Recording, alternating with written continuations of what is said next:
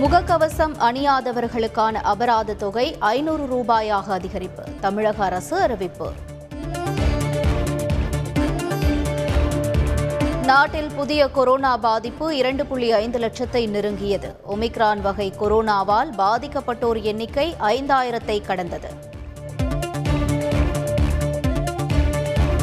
அனைத்து மாநில முதலமைச்சர்களுடன் பிரதமர் மோடி இன்று கலந்துரையாடல். கொரோனா பரவல் அதிகரித்து வரும் சூழ்நிலையில் கட்டுப்பாடுகளை தீவிரப்படுத்துவது தொடர்பாக ஆலோசனை. தாலிக்கு தங்கம் வழங்கும் திட்டத்தின் கீழ் முதலமைச்சர் மு.க.ஸ்டாலின் உதவி. ஓய்வு பெற்ற பூசாரிகளுக்கு உயர்த்தப்பட்ட ஓய்வூதியத்தையும் வழங்கினார்.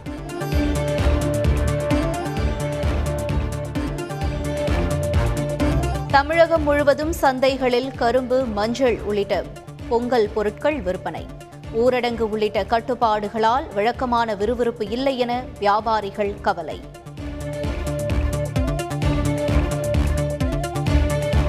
பொங்கல் பண்டிகையொட்டி பூக்களின் விற்பனை அதிகரிப்பு. தோவாளை மலர் சந்தையில் மல்லிகை விலை கிலோ 3500 ரூபாயாக அதிகரிப்பு.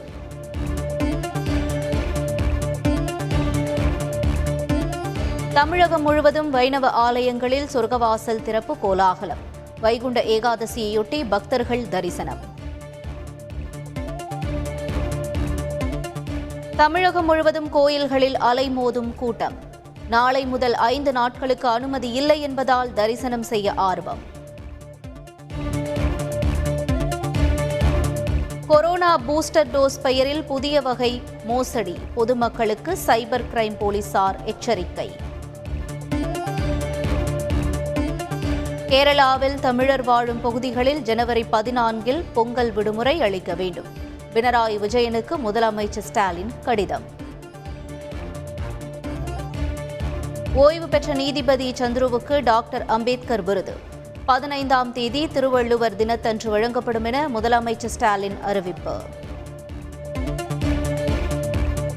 43 தமிழக மீனவர்களுக்கான காவலை நீட்டித்து இலங்கை நீதிமன்றம் உத்தரவு. பொங்கலுக்கு விடுதலை எதிர்பார்த்த நிலையில் 27ஆம் தேதி வரை காவலை நீட்டித்து உத்தரவு. திருச்சி மத்திய சிறையிலிருந்து ராஜேந்திர பாலாஜி ஜாமீனில் விடுவிப்பு. உச்சநீதிமன்ற உத்தரவை தொடர்ந்து சிறை நிர்வாகம் நடவடிக்கை. ஆண்டின் முதல் ஜல்லிக்கட்டான புதுக்கோட்டை ஜல்லிக்கட்டு தொடங்கியது. வாடிவாசலில் சீறி பாயும் காளைகளை மடக்கி பிடிக்கும் இளைஞர்கள்.